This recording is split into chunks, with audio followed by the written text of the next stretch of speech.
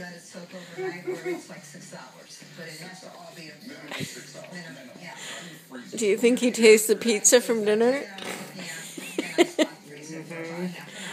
And then I put them in individual freezer bags. I put about 12 in. He's really kissing me.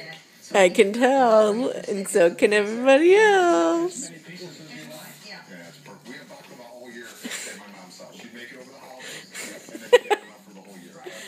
Now, you guys taste that. Tell me if you think it's delicious. I know you made it, but I want to make sure it's good. I'm going to check too. And I'm going to get the braised beef out of the oven. Oh, man, it's so good. So good. I think it needs a pinch of salt. Yeah. I'll do it. I can't believe he's still looking at me. I can't either. Wow, that's good. We're going on 50 seconds. How could I taste this good? Really? Absolutely.